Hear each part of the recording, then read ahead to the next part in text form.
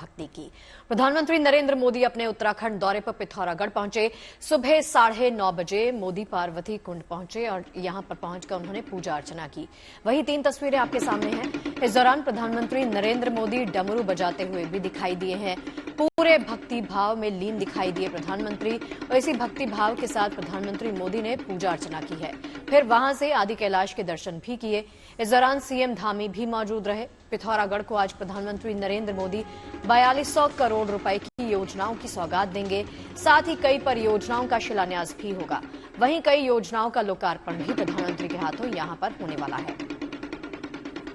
3 तस्वीरें आप देख सकते हैं। प्रधानमंत्री नरेंद्र मोदी आज यहां पर पहुंचे हैं। प्रधानमंत्री ने यहां पर मंदिर में पहुंचकर पूजा अर्चना की है, डमरू भी बजाया है। और इससे पहले प्रधानमंत्री ने अपने दौरे से पहले ट्वीट भी किया और कहा कि आज से मेरा ये दौरा शुरू होने जा रहा है।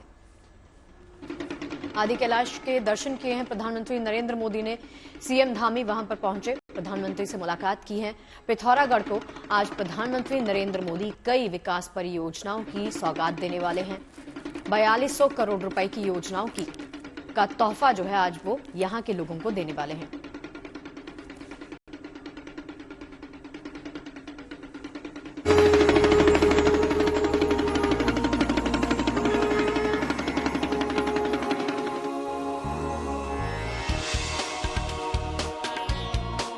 शिवधाम आदि कैलाश की धरती पर पीएम मोदी।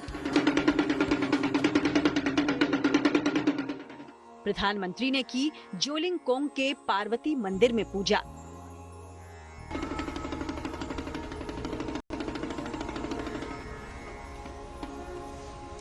डमरू और शंख भी बजाया।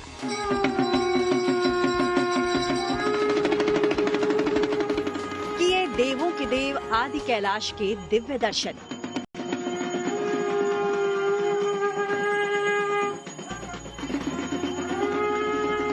उत्तराखंड में इस व्यू पॉइंट से पवित्र लोगों की आस्था का केंद्र कैलाश पर्वत महज 50 किलोमीटर दूर है, यानी तिब्बत जाने की अब जरूरत नहीं।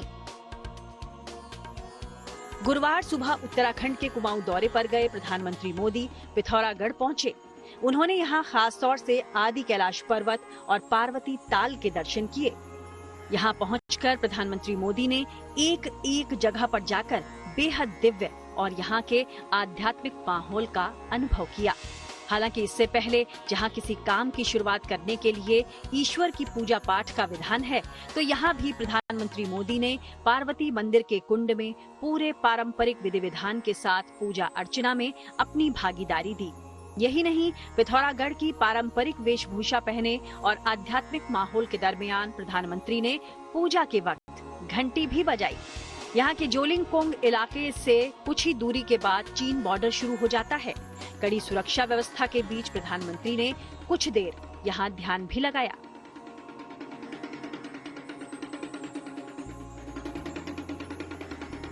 प्रधानमंत्री मोदी देश के पहले प्रधानमंत्री हैं जिन्होंने उत्तराखंड से लगी इस भारत चीन सीमा पर आदि कैलाश पर्वत के दिव्य दर्शन किए।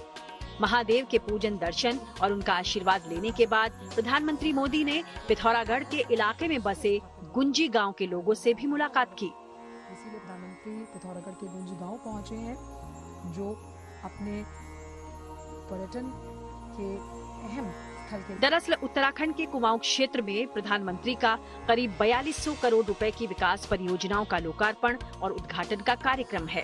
इसी सिलसिले में प्रधानमंत्री पहले पिथौरागढ़ पहुंचे, जहां उन्होंने कुमाऊं क्षेत्र की परंपरा और आस्था से भरपूर आदि कैलाश के दिव्य दर्शन किए और इसके बाद जागेश्वर धाम के लिए वो रवाना हो गए।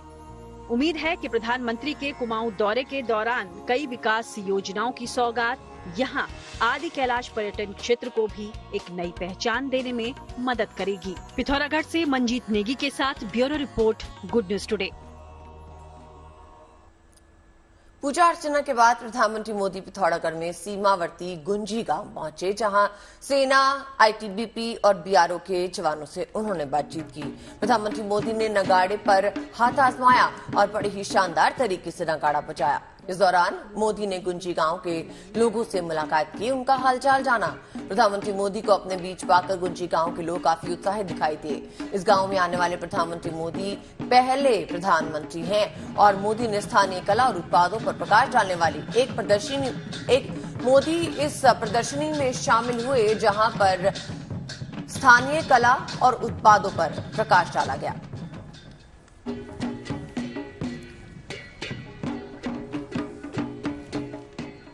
तो प्रधानमंत्री नरेंद्र मोदी देवभूमि उत्तराखंड में पिथौरागढ़ के दौरे पर पहुंचे। सबसे पहले उन्होंने कैलाश मानसरोवर के रास्ते पर पार्वती कुंड में पूजा अर्चना की। पिथौरागढ़ में चुनावी रैली को भी वो एड्रेस करेंगे। 4200 करोड़ की सौगात वो यहां पर लोगों को देने वाले हैं। पिथौरागढ़ में महिलाओं ने पारंपरिक नृत्य से प्रधानमंत्री मोदी का स्वागत भी किया है। देखिए हमारी खास रिपोर्ट। मोदी ने उत्तराखंड के सीमांत पिथौरागढ़ जिले के अपनी यात्रा के दौरान आज सुबह सबसे पहले कैलाश मानसरोवर के रास्ते पर पार्वती कुंड और पार्वती मंदिर में पूजा अर्चना की। पारंपरिक वेशभूषा यानी कि भूतिया ड्रेस पहनकर पूजा अर्चना की, संगनाद किया। और कहा जाता है कि जब भगवान शिव और पार्वती विवाह के बाद कैलाश मानसरोवर जा रहे थे, उस दौरान पार्वती माता ने वहीं पर पूजा अर्चना की, वहां स्नान किया था। और ये पूरा रास्ता कैलाश मानसरोवर को जाने वाला है। ये प्रधानमंत्री मोदी की प्रधानमंत्री की पहली यात्रा यहाँ पर है। और इसके साथ ही क्योंकि चीन से लगा सीमांत इलाका है, यहाँ पर सेना और आईटीबीपी के जवान तैनात हैं, उनसे प्रधानमंत्री मोदी ने जो आखिरी गाँव गुंजी है वहाँ पर भेंट की, जिसे पहला गाँव कहा जा रहा है। वहाँ के लिए वाइब्रेंट विलेज की योजना प्रधानमंत्री ने लॉन्च करने वाले हैं। और यहाँ पिथौरागढ़ शहर में बड़ी संख्या में लोग आज के संबोधन करने के लिए तैयार है। महिलाओं में पारंपरिक नृत्य से प्रधानमंत्री नरेंद्र मोदी का स्वागत कर रही। और चलिए इस पर ज्यादा बातचीत करने के लिए हमारे सहयोगी हमारे साथ जुड़ गए हैं मंजीत नेगी। मंजीत, सुबह से जो तस्वीरें हम कैमरा पर देख रहे हैं ना, प्रधानमंत्री के स्वागत के लिए यहाँ पर पारंपरिक नृत्य किया गया, काफी सारी तैयारियां की गई हैं, और क्या कुछ खास होने वाला है आज के दिन में? मंजीत, मेरी आवाज आ रही है आप तक? मंजीत, मेरी आवाज आ रही है तो आज के दिन को लेकर क्या कुछ खास होने वाला है वो बताइए और दिखाइए जरा।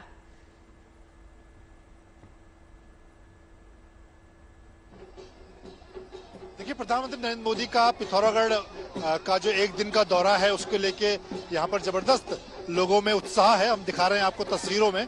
ये पिथौरागढ़ का मैदान है जहाँ पर प्रधानमंत्री नरेंद्र मोदी पहुंचने वाले हैं थोड़ी देर में। आज के कार्यक्रम की अगर बात हम करें तो सुबह पहले जब प्रधानमंत्री नरेंद्र मोदी पिथौरागढ़ सीमांत जिले कैलाश मानसरोवर तक जाने वाला जो रास्ता है वहां पर उन्होंने पार्वती कुंड में पूजा अर्चना की। इस वक्त जागेश्वर धाम में प्रधानमंत्री नरेंद्र मोदी मौजूद है और थोड़ी देर बाद यहाँ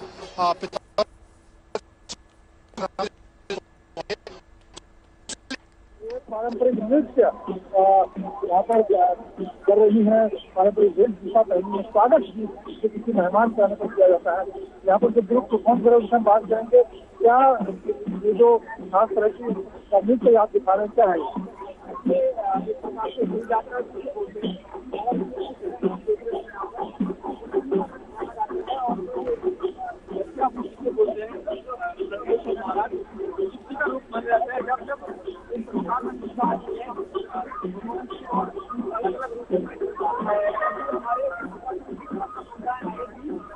मंजीत, आप जहां पर हैं वहां से थोड़ा सा दूर हो, आपके पीछे बहुत शोर है जिसकी वजह से आपकी आवाज क्लियर नहीं आ पा रही।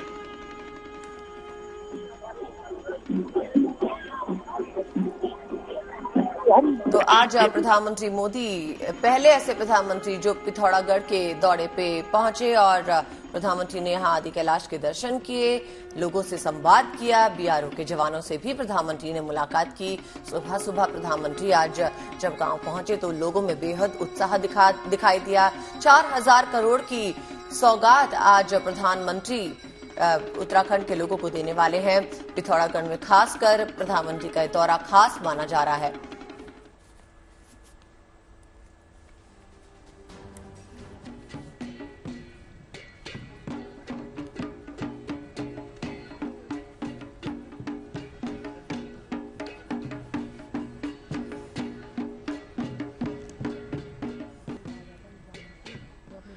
तो देख रहे हैं आप गुंजी गांव की तस्वीरें। गुंजी गांव में प्रधानमंत्री नरेंद्र मोदी के इस दौरे से पहले लोगों में काफी उत्साह दिखाई दिया। गुंजी गांव में पहुंचकर प्रधानमंत्री नरेंद्र मोदी ने आम लोगों से संवाद भी किया है। प्रधानमंत्री देखिए आज उत्तराखंड के एक दिवसीय दौरे पर पिथौरागढ़ पहुंचे।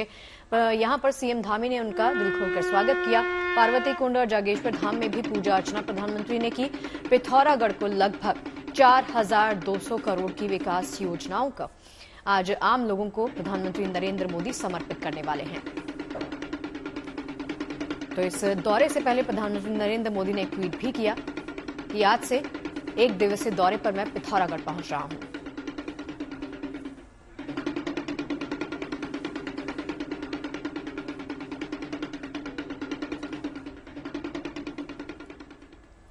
और अब आपको लिए चलते हैं सूरत, जहां जोर शोर से नवरात्र की तैयारी हो रही है। अलग अलग थीम पे लोग गरबा की प्रैक्टिस कर रहे हैं। देखिए ये रिपोर्ट।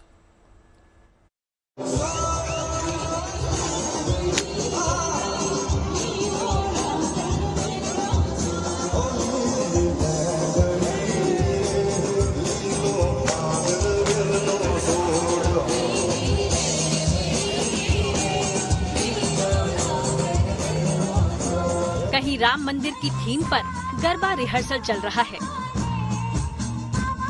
कहीं आंखों पर पट्टी बांधकर गरबा खेला जा रहा है, तो कहीं स्केट्स पर गरबा की प्रैक्टिस की जा रही है।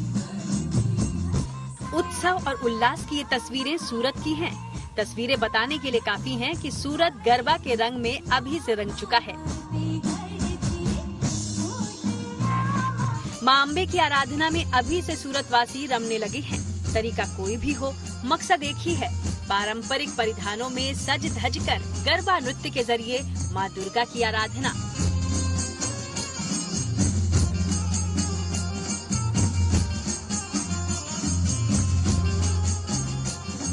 माता रानी को अपनी भक्ति से प्रसन्न कर उनका आशीर्वाद पाना। सूरत में अलग अलग गरबा आयोजक अलग अलग थीम पर गरबा महोत्सव का आयोजन कर रहे हैं। इस बार गरबा की थीम राम मंदिर रखी गई है। अयोध्या में अगले साल राम मंदिर का उद्घाटन जो होने जा रहा है, जनवरी 2024 में राम मंदिर में राम लला विराजेंगे। लिहाजा इस बार यहाँ गरबा प्रेमी मां अम्बे के साथ साथ भगवान राम के रंग में भी रंग चुके हैं। जिस भूमि पर राम भगवान का जन्म हुआ है, उसी जमीन पर अगले साल राम भगवान का पुनर्जन्म होने वाला। इस वजह से मैंने ये सोच के मेरे ड्रेस में नवरात्रि के लिए राम मंदिर की थीम बनाई। जैसे हमारे माननीय नरेंद्र मोदी जी ने कहा था कि अयोध्या में राम मंदिर का निर्माण होगा, तो उसी थीम पे हमने राम मंदिर बनाया है और नरेंद्र मोदी जी के चित्र की ड्रेस पहनी हुई है। हर गरबा प्रेमी नवरात्र के दिनों में माता रानी की भक्ति में लीन हो जाता है। रंग बिरंगे आकर्षक परिधानों में सबसे सुंदर दिखना चाहता है, सेंटर ऑफ अट्रैक्शन बनना चाहता है। बात सिर्फ गरबा खेलने वालों की नहीं है, हर आयोजक चाहता है कि उसका गरबा मंडल दूसरों से बेहतर और जुदा हो। नवरात्रि इसीलिए रखी गई है कि नवरात्रि में सब अलग अलग जगह पे प्ले जाते हैं, तभी सब साथ में मिलके प्ले करेंगे, खेलेंगे, तभी पता चलेगा कौन बेस्ट है।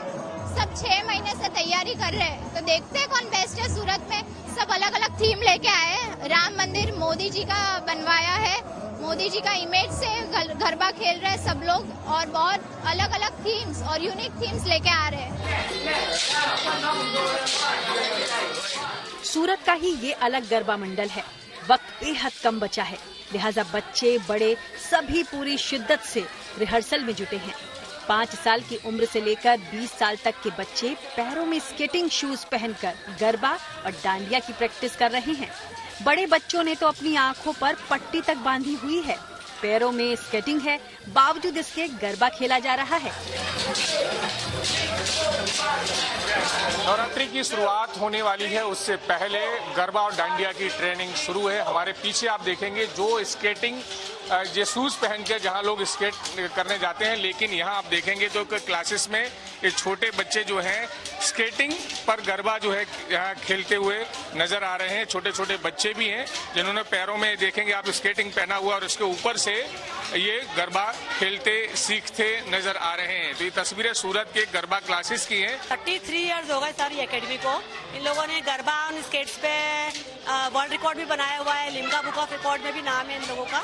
250 किड्स ने एक साथ गरबा किया था। शाबाश इंडिया में भी इनका बहुत आया था नाम, तो काफी साल हो गए वो करते हुए। स्केटिंग पर गरबा खेलना कोई आसान काम नहीं है। सालों की मेहनत और घंटों प्रैक्टिस के बाद बैलेंस बन पाता है, लेकिन इन बच्चों के जोश के आगे स्केटिंग गरबा कोई बड़ी बात नहीं। किस तरह से ये खेल रहे हैं, गरबा सीख रहे हैं आप? स्केट पे पहले मीना मैम ने हमें फ्लैट फ्लोर पे हमें पहले चलना सिखाया, उसके बाद हम धीरे धीरे मीना मैम की मदद से हमने गरबा सीखना में खेल सीखा। सूरत ही नहीं, गुजरात के तमाम शहरों खासकर अहमदाबाद और वडोदरा में तो इन दिनों ऐसा ही नजारा दिख रहा है। गरबा प्रेमी आकर्षक परिधानों में जमकर गरबा की प्रैक्टिस कर रहे हैं। आखिर मां अम्बे को रिझाने का, उन्हें प्रसन्न करने का वक्त करीब जो आ गया है। सूरत से संजय सिंह राठौड़ के साथ bureau report, good news today. और चलिए अब ढोल की थाप पर डांडियों की खनक की कर लेते हैं। अहमदाबाद में कच्छ जैन सेवा समिति की महिलाएं बॉलीवुड के गानों पर नहीं बल्कि ढोल की थाप पर गरबा कर रही हैं। इस समिति का मकसद नई पीढ़ी तक गुजरात की संस्कृति को पहुंचाना है। इसके अलावा ये समिति महिलाओं के हुनर को निखारने और दुनिया के सामने लाने का काम भी कर रही है।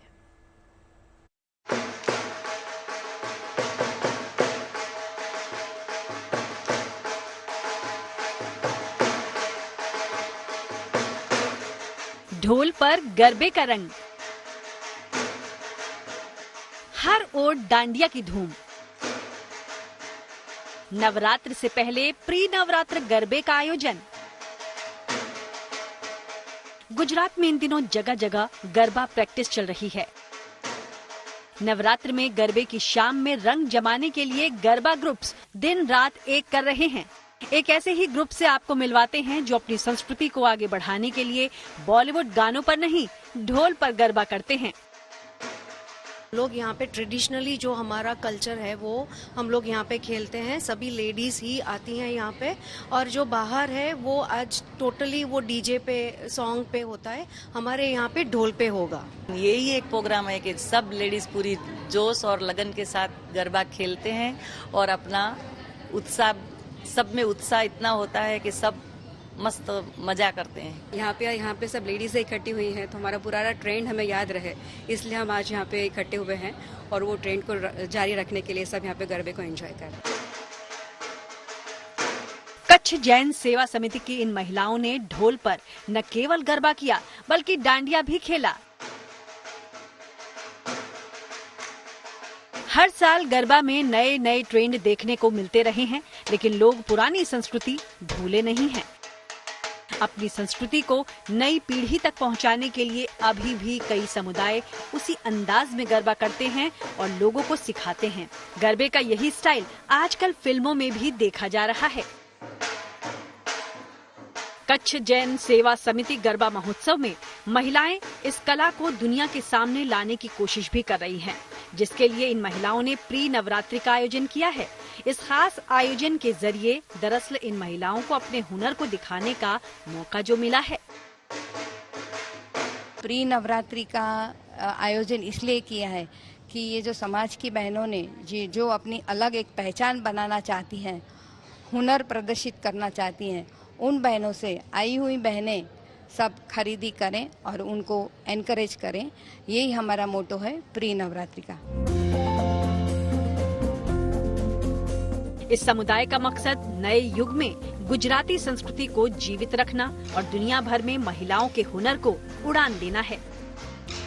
अहमदाबाद से ब्रिजेश दोषी के साथ bureau report, good news today. के बीच चल रहा युद्ध छठे दिन में प्रवेश कर चुका है। इस बीच भारत सरकार ने इजरायल में फंसे भारतीयों को निकालने की तैयारी की है। विदेश मंत्री एस जयशंकर ने ऐलान किया कि भारत सरकार ऑपरेशन अजय के तहत युद्ध क्षेत्र में फंसे भारतीयों को वापस लाएगी। जयशंकर ने कहा, इजरायल में बसे जो भी भारतीय वापस आना चाहते हैं उन्हें वापस लाया जाएगा। ऑपरेशन अजय के तहत आज भारत से पहली फ्लाइट इजरायल के लिए रवाना होगी। पहली फ्लाइट से जिन लोगों को आना है उनकी लिस्ट तैयार कर ली गई है। इजरायल में इस वक्त करीब 18,000 भारतीय हैं। फिलहाल सभी सुरक्षित हैं। इजरायल पहुंचे भारतीय पर्यटकों ने भी दूतावास से सुरक्षित निकाले जाने की गुहार लगाई है। उधर इजरायल ने हमास पे जमीनी हमले की तैयारी कर ली है। इजरायल ने गाजा के पास टैंक और बख्तरबंद वाहनों की तैनाती की है। इजरायली रक्षा मंत्री योव गैलेंट ने कहा कि वो इस्लामिक स्टेट की तरह हमास का नामो निशान धरती से मिटा देंगे।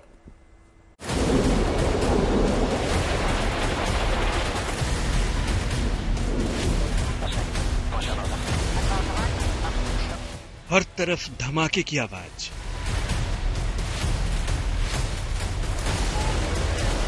तबाह हो चुके आशियाने, हर पल खतरे के साए में जीते लोग।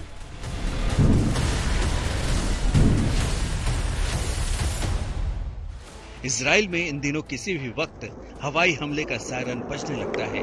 बदहवास लोग फौरन सुरक्षित ठिकानों में पनाह लेने के लिए दौड़ पड़ते हैं।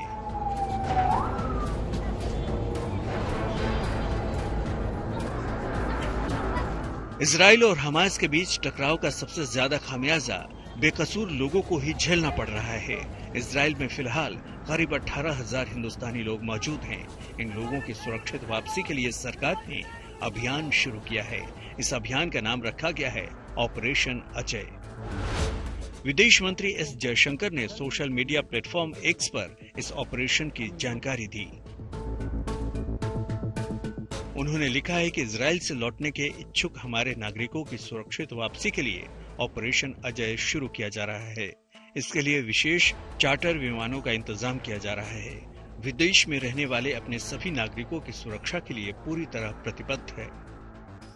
भारतीय दूतावास ने पहले विशेष विमान से वतन वापसी करने वाले भारतीय नागरिकों को ईमेल से इसकी सूचना भेज दी है। दूतावास में रजिस्टर्ड बाकी भारतीयों को दूसरी फ्लाइट से वापस लाया जाएगा। भारत सरकार ने इजराइल में फंसे भारतीय नागरिकों के लिए हेल्पलाइन नंबर भी जारी किया है। इमरजेंसी हेल्पलाइन के साथ साथ लोगों के पास ईमेल के जरिए भी दूतावास से संपर्क करने का विकल्प दिया गया है। सरकार की कोशिश यही है कि हर एक भारतीय को सही सलामत वापस लाया जाए और इजराइल और हमास के बीच चल रही इस जंग की आंच भारत के किसी नागरिक पर न आए। Bureau report, good news today.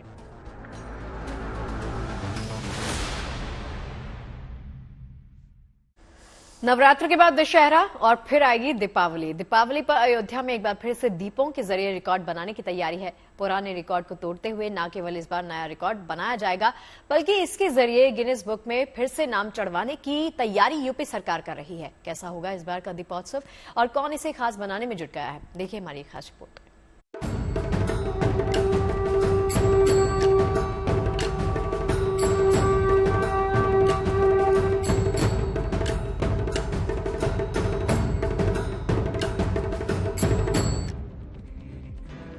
इस भव्य दिव्य दिवाली के पीछे एक सोच है, अयोध्या और उसके इतिहास को रोशन करने की। इन दियों के उजाले तले अयोध्या का सुनहरा कल दिखाने की। यही वजह है कि 2017 से शुरू हुआ ये सिलसिला हर साल नए नए रिकॉर्ड गढ़ता जा रहा है। बीते बरस का रिकॉर्ड तो Guinness book of world record में भी दर्ज हो चुका है।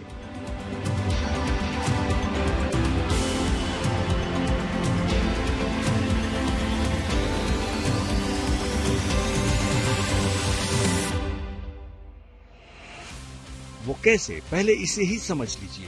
कुल 27 लाख दिए इस साल जलाए जाएंगे। इसमें रिकॉर्ड के लिए 21 लाख दिए जलाए जाएंगे। इसमें राम की पैड़ी और सरयू घाट मिलाकर कुल 24 लाख दिए जलाए जाएंगे, ताकि दिए टूटने की स्थिति में भी 21 लाख दिए रिकॉर्ड में दर्ज हो सके।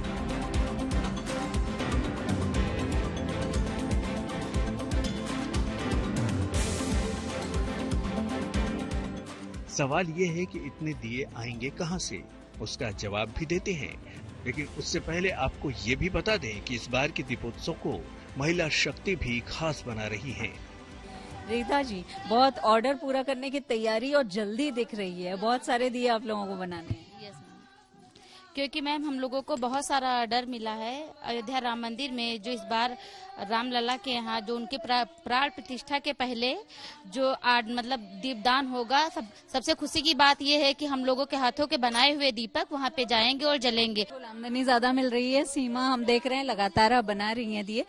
मिट्टी के दिए के अलावा ये पंचगव्य के दिए भी बन रहे हैं, तो इस कितनी खुशी है आपको कि ये दिए दीपोत्सव में जलेंगे अयोध्या? दीदी खुशी है इसके लिए कि चलो गाय के गोबर के दिए बना रहे हैं हम लोग, और ये अयोध्या में जाके जलेंगे तो हम लोगों को तो बहुत खुशी होनी चाहिए। फिर हम सारी महिलाओं को भी खुशी है, इसके लिए बहुत बहुत ज्यादा ही खुशी है।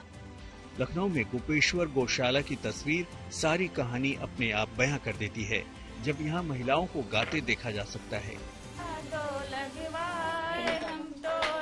रथ में पहिया दो लगवाए, हम तो राम मिलन को जइबे।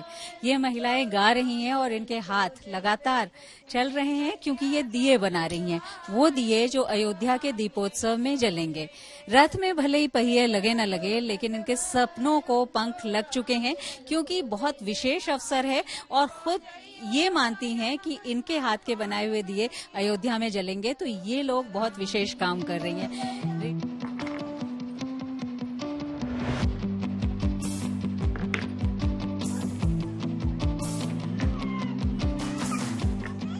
इन दियों को सिर्फ बनाया ही नहीं जाता, बल्कि पवित्रता के सांचे में ढाला भी जाता है।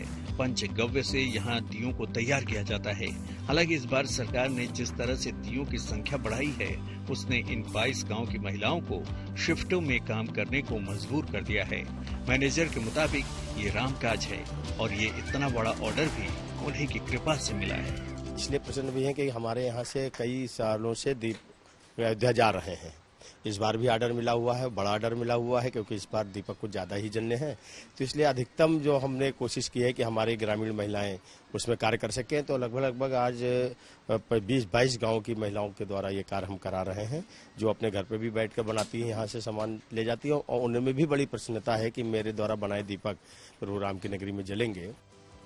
अयोध्या में दीपोत्सव के लिए पिछली बार इन महिलाओं ने 11,000 दिए बनाए। जाहिर है इस बार ये संख्या बढ़ गई है। हालांकि जब राम की कृपा से जीवन चल रहा है तो फिर उन्हीं की कृपा से पेट भी भर रहा है। लखनऊ से शिल्पी सेन के साथ bureau report, good news today.